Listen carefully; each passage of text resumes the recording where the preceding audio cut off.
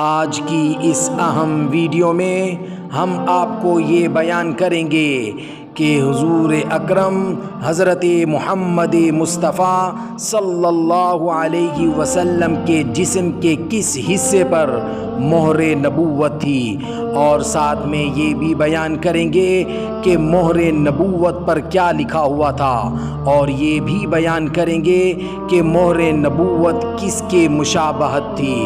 حضرت جابر بن سمرہ رضی اللہ تعالی عنہ فرماتے ہیں کہ میں نے حضور اکرم حضرت محمد مصطفیٰ صلی اللہ علیہ وسلم کی مہر نبوت کو آپ صلی اللہ علیہ وسلم کے دونوں مونڈوں کے درمیان دیکھا، جو سرخ رسولی جیسی تھی اور مقدار میں کبوتر کے انڈے جیسی تھی۔ مہر نبوت کی مشابہت مختلف روایات میں مختلف آئی ہیں، مثلا کبوتر کے انڈے کے مثل، نمبر 2 ابھرے ہوئے گوشت کے مثل، اور یہ بھی بیان کیا گیا ہے کہ یہ حصہ ابھرا ہوا تھا اور اس جگہ بال تھے اور اس پر محمد الرسول اللہ لکھا ہوا تھا۔ یہ پیدائشی مہر تھی۔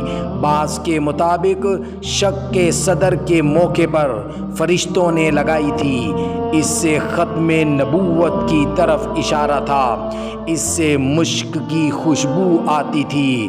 ممکن ہے کہ پورے معطر بدن کی خوشبو وہاں معلوم ہوتی ہو، کیونکہ آپ صلی اللہ علیہ وسلم کا پسینہ مبارک خوشبودار تھا، تو وہاں پسینہ ہونے پر زیادہ خوشبو معلوم ہوتی تھی۔